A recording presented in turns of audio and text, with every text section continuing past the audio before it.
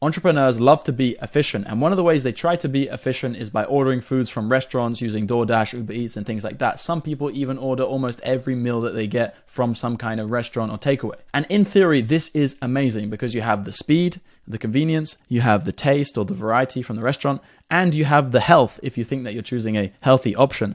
But of course, that isn't the case because people don't know what good food is. People don't know what creates health. And so when you're ordering the majority of your food from restaurants, from takeaways, unfortunately, you are damaging your health, especially in the long run. And so in this video, I'm going to explain 3 of the main problem areas when you're ordering in restaurants or takeaways, things like that. And I'm going to propose 3 very good solutions that I've used myself, which have been a real game changer for me, for my clients, for anyone that's very busy and wants to be healthy. You're going to want to understand the information I'm going to give you in this video. Now, I want to add a disclaimer. I'm not saying never eat in restaurants. I do it myself. I'm going to continue to do it, even though it's not ideal, let's say, because it is fun, right? It adds some variety to life and I like the experience.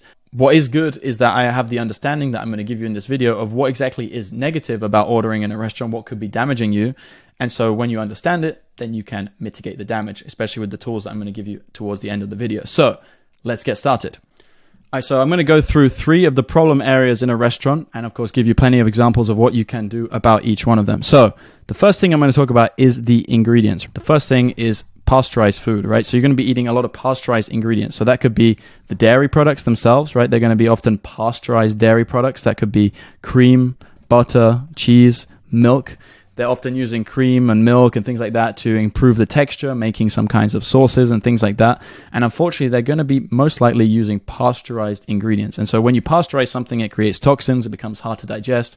Concretely, when you drink, say, pasteurized milk, people get skin problems, digestion problems, etc., which really just highlights that this food is not health-giving, but actually makes your health worse when you consume them. So that's unfortunate, right? So anytime you're having dairy in a restaurant, most likely it's going to be pasteurized. And cream and butter especially are potentially health foods, but only if they're in their unpasteurized state. So that's the first example of a pasteurized food that's not great when you order that in a restaurant. The next ingredient that's going to be particularly bad in a restaurant that is also pasteurized is going to be sauces. So if you have pre-made sauces, anything that's already bought, it's going to be pasteurized, whether it's mustard, mayonnaise, ketchup, things like that. So when you pasteurize these sauces, again, creates toxins, becomes hard to digest. It just doesn't improve your health. It actually makes your health worse, especially long-term consumption of these foods. That's a problem there. So that's the first thing. The next thing I'm going to talk about is the seed oils. Now, I would say most people are becoming more familiar with seed oils and how that they're bad, but nonetheless, people still consume a lot of them, so it's worth mentioning. And that is, for example, in the cooking process, right? If they're cooking using seed oils, for example, frying things, etc., that's a problem. Seed oils being extremely bad for your lymphatic system, very, very bad for your health. In fact, one of the worst things that humans can be consuming. Then you also have dressings, right? So anytime that they're making dressing, maybe even in the restaurant making it, or like I explained earlier, pre-bought, they might be using seed oils there. Again, that's something that you want to be avoiding. Even with homemade sauces as well, right? So I'll put dressings and sauces here. Then you have fake butter, right? And you might have seen things like Splendor or whatever they call them these days, where it looks like butter from the outside. It's in a plastic container. You would think, just looking at it from a distance, that's butter, right? Maybe you even ask the chef, hey, are you using real butter? And he might say yes, because he thinks it's butter and even half tastes like butter. But when you actually look at the ingredients, it's some kind of seed oil, right? So this is a major problem as well when you're ordering in restaurants, that they're frying things or using these ingredients, maybe even unknowingly in the case of fake butter. Then you have frozen food. So oftentimes they're going to be using frozen ingredients, okay? So especially this is important, particularly for animal products, because when you freeze an animal product, whether it's meat, whether it's dairy products, you're going to damage the animal product. It's going to lose a lot of nutritional value. It's not going to give you the same nutrients as it would if it was fresh. There's some nice studies, maybe I can put it on the screen here, of that was done on human breast milk. And human breast milk is actually, of course, a raw animal product. And it measured how the antibodies, which are something that's extremely important for detoxification, are damaged when you freeze the milk, right? Which really just highlights that animal products in their fresh, unpasteurized form are particularly nutritious, but when you process them either with, for example, freezing, they lose a lot of the nutritional value, lose a lot of the value of the product there. So that's a problem. Some other examples would be thickening agents they're using for sauces, right? And you can maybe see a theme here that sauces are a problem, and that's something that I definitely try to avoid when I'm ordering in restaurants. Then you have MSG, which is a preservative, food coloring, etc. So these are some of the problem ingredients that you're going to find. Can be partially mitigated by checking with the waiter, things like that. Not avoiding sauces in restaurants is something that I would always do unless it's very clear what's gone into that sauce. So ingredients in the first place, not just sauces, but also, like I said, the main ingredients themselves, say the meat or the dairy products, pasteurized, frozen, things like that, want to be avoiding. That's the first area of problems, right? The second point I'm going to talk about is how the food is stored, right? So you get the ingredients, then the restaurant stores them, right? So how do they store these ingredients, and how does that actually negatively affect your health? So firstly, you have plastic, right? So of course, that's not necessarily something that's easy to escape in this modern world. Even the food that if you buy at home, it might be stored in plastic. Nonetheless, it's not something that's going to be very important for a restaurant to store things outside of plastic. So the food is most likely going to be stored in plastic there, and that's going to leach, give you some problems later in life. Then you also have canned, right? And this is very important. Canned food being stored in tin and metals, that's going to leach a lot into the food, right? And that's why I would strongly suggest people stop eating any kinds of canned food. It's really, really toxic, and it's going to give you heavy metal problems. Heavy metal problems being the biggest problem for humans in terms of physical health from what I've seen in all my experience. So canned food is a problem. That's also going to be to do with sauces, tomatoes in a restaurant, things like that. They're always going to be canned. Then you have frozen. So the restaurant might be buying things fresh in bulk, right? So you think, okay, they're avoiding frozen ingredients, but then they actually store them in the freezer. So then it loses the effects, as I was explaining earlier. When you freeze something, loses a lot of the nutritional value. So that's going to be a problem. It might be very old also. They might have meat in there for several months. Then you have that in the fridge is at very low temp. So the fridge that they have in the restaurant, because of the bacteria and the regulations which tell you, oh, you have to be extra safe, and I understand those things, they're scared of those things, they keep the fridges very low, concretely like 3 degrees Celsius, for example. They might have the fridge at that kind of temperature, which is in turn going to also damage the nutrients, right? When the meat's stored very, very cold, even if it's not frozen, it's going to have a similar effect. Same with things like eggs. It's going to lose a lot of the nutritional value when it's stored at low temperature. So basically, just eating in restaurants typically is going to have a much lower nutritional value than not. So then you also have that the food is cooked and stored for several days. So then if the food is pre-made and reheated and things like that, it loses the nutritional value there, right? If you cook some kind of meat stew, which isn't a disaster to eat a meat stew, but then it's in the fridge for several days. The older it is, especially once it's cooked, you can start to get micro amounts of mold, bacteria, which is not desirable when it's in from a cooked food, and it starts to lose a lot of the nutritional value the older the food is. So that's also going to be an issue there, something that you ideally can mitigate. So the next point that we're going to go into is how it's made. And I'm going to start here by telling you a story that when I was in the US a while back, I went to an oyster restaurant, which oysters are my favorite food. If you know me on Instagram, you see I eat a lot of oysters, hundreds of oysters. And I went to this restaurant, looked good, looked normal, and I ordered 50 oysters from the get-go, as I usually do. Right? I like to eat large quantity. And so I order the oysters, they bring them on a plate, looks great, looks normal. I slunk one oyster, and I'm like, hold on a minute, where's the salt? There's no salty taste. It's like very, very bland. So I call over the waitress, I say, hey, what's going on? I've never had an oyster like this in my life. And she says, oh, we have to wash the oyster with tap water in order to remove the bad bacteria for safety reasons.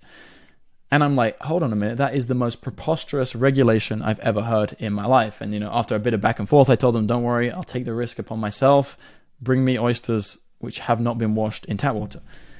And that just highlights that, unfortunately, out of the control of the restaurant, there are regulations that make it difficult to be healthy when you eat in a restaurant, because they have these kinds of preposterous rules for food safety and bacteria, which don't add to your health, but rather take away from it. So that's one example of how food is made in the restaurant that is problematic. So that's regulations. Then we have reheated food, right? So often restaurants are going to be using food which has been reheated in a microwave. Microwave being not good, might irradiate the foods, for example. Generally want to be avoiding the microwave. Very questionable how that will affect the nutrient value of the food when you heat something in a microwave. So really want to be avoiding that. And that's something that unfortunately restaurants do for convenience sake or whatever the reason might be, right? And then you have a few other things. So you have leaching from utensils.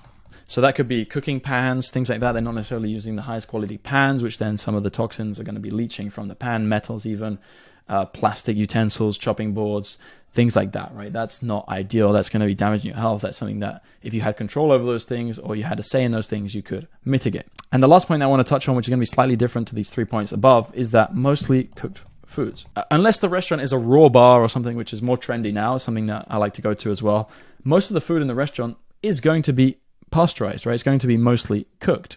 And that is an issue for your health, because only eating cooked foods is going to put a lot of tax on the body, right? And if you're eating mostly in Uber Eats and DoorDash restaurants, which many people I know, entrepreneurs, my clients, etc., they do that before we start, of course, that's going to be a problem, because you're not eating any fresh foods there. You're eating foods which is mostly pasteurized, mostly cooked foods. You're going to become deficient in enzymes there, a lot of nutrients, going to cause a lot of problems as well. So that's something also to keep in mind, that when you're ordering in a restaurant, it's mostly cooked foods, right? Because they don't just want to serve raw food. They always want to do something to it to enhance the experience. They don't just want to serve you something raw, unless obviously it's sushi or whatever it is. So here you can see the process of ingredients, how it's stored, how it's made, and some of the problems at each step of that process. Now, there's one more situation that happens at every step of the process that I haven't mentioned yet. Can you think what it is? It's something very toxic that happens at every step of the process. And that is cleaning products, okay? At every step of the process, from the ingredients, how they are made in the factories or the farms, etc., how the food is stored in the restaurant. For example, they're going to be cleaning all of the surfaces in the fridges, etc., with chemicals, just because it's the regulation, etc. And even how it's made in the utensils, in the dishwasher soap, all of the cleaning products at every step of the process. Unfortunately, that is the case with restaurants, and that is not their fault. It might not be their choice per se if they had a say in it, but that is the reality of the situation. So at every step of the process, you have cleaning products, and there's going to be micro amounts of this cleaning product that is just going to be leaching into you, okay? And over the long run, that is just going to cause you problems. And it's something that, where it's practical to do so, you want to avoid it. Of course, as I said in the beginning of the video, I like to eat in restaurants. I'm still going to continue to eat in restaurants, but it's just something that you want to be aware of and might motivate you to do some of those three options, which I'm going to talk about in a moment. So those are some of the problems with eating out and eating in restaurants. Now, let's get to the solutions. What can you do about it? The first thing that you could do as an alternative is do the whole thing yourself. Now, this isn't something I would do because time is busy and I don't want to be doing that. But you could do this process yourself, right? You could be buying nicer ingredients. You could store them in a better way. You could make them in a better way. For example, you could do that cooking process yourself without the toxic utensils, without reheating in microwaves, etc. You could have control over what you eat, etc. That is one option, right? So the pros would be, you know exactly how it's done every step of the process. You can optimize things as well. The downsides, of course, being that who has time to do that? Probably no one watching this video. So you don't want to be necessarily doing it all yourself, but that is, of course, always an option. The next alternative is that you can hire a chef. You can hire someone, or maybe you have a girlfriend, wife, whomever, who can do the whole process for you, who can prepare foods for you, buy them, etc. The pros of doing this are going to be similar. You have good control over every step of the process. It's going to save you time, which is something that the do-it-yourself option doesn't have. But the cons would be that you need really good guidelines, because if you do not have that, then the chef is going to be trained in this kind of traditional sense, most likely, and they're going to be using problem chemicals. They're not going to know what ingredients improve health. They're not going to have the understanding of bacteria. And so there, you're going to have problems there. You're going to need to train them yourself, right? That's going to be time that you're going to spend on training them. The chef is simply more concerned with delivering a nice sensory experience rather than what is good for health. And that is not necessarily a bad thing. It's just the reality of the situation. So that's another option. I have many clients that do this option. It works quite well. It's something that I do. I've had my maid make me things before, make recipes that I give them, etc. But again, you need to have the right guidelines to give them. Otherwise, what are you actually going to tell them to do? Then the last option, and this is a bit out there for some people, but that is actually going to be to eat mostly raw foods, right? And I don't just mean raw vegan celery juices and things like that, right? I mean actual food with substance, like raw dairy products, even fresh eggs, fresh meats and things like that. That is an option for people, right? Maybe this is growing in trend recently. I have made it obviously more popular through making it cool and sexy on my Instagram, but it is a real option and people do like the practicality of it, right? It's fast, it gives you speed, it gives you health, and that is a good thing, right? You have speed and health. The downsides of this would be that maybe it's difficult for people to execute on by themselves. There's a lot of psychological barriers to even starting. You don't know how to start. There's many pitfalls that you can make with raw foods, eating the wrong kinds. Maybe you're going to get tired because you're not eating enough, because suddenly it doesn't taste very good because you don't have good recipes. And just, yeah, the sensory experience definitely isn't the same as having a chef, no doubt about it, right? But you can make things good with good recipes, good guidelines. But I think it can be difficult for people to start, but they are free to try that if they want to. So these are the three options. As I said, there's one thing extra that you have to be aware of with these three options, right? Every step of the process, you can benefit greatly from knowledge, practical guidelines, and that's how you're going to do these 3 options well. Whatever option you go with, you need good knowledge and you need practical guidelines, right? That's how you're going to get to the result that you want faster without making all the mistakes. And the mistakes are damaging your health, right? As I explained, those mistakes are not light per se, right? They're going to add up, they're going to accumulate and cause you problems, right? So if you want help with either of these 3 options, I can provide you with great resources, have a great service, many great testimonials and reviews. You can learn more about that with the link in the description, and you can apply there or send me a message on Instagram and we can go from there. So thanks for watching. See you in the next video.